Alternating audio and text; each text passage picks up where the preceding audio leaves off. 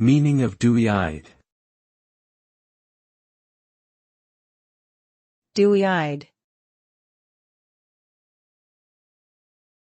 Dewy-eyed.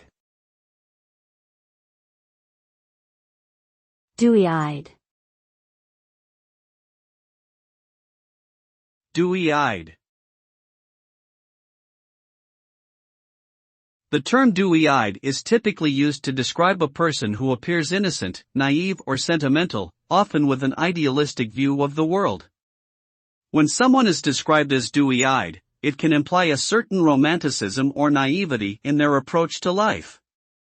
The term is often used in a slightly derogatory way, suggesting that the person is overly optimistic and lacks a realistic understanding of the complexities of the world. Overall, being dewy-eyed suggests a certain immaturity or lack of experience in navigating the challenges of life.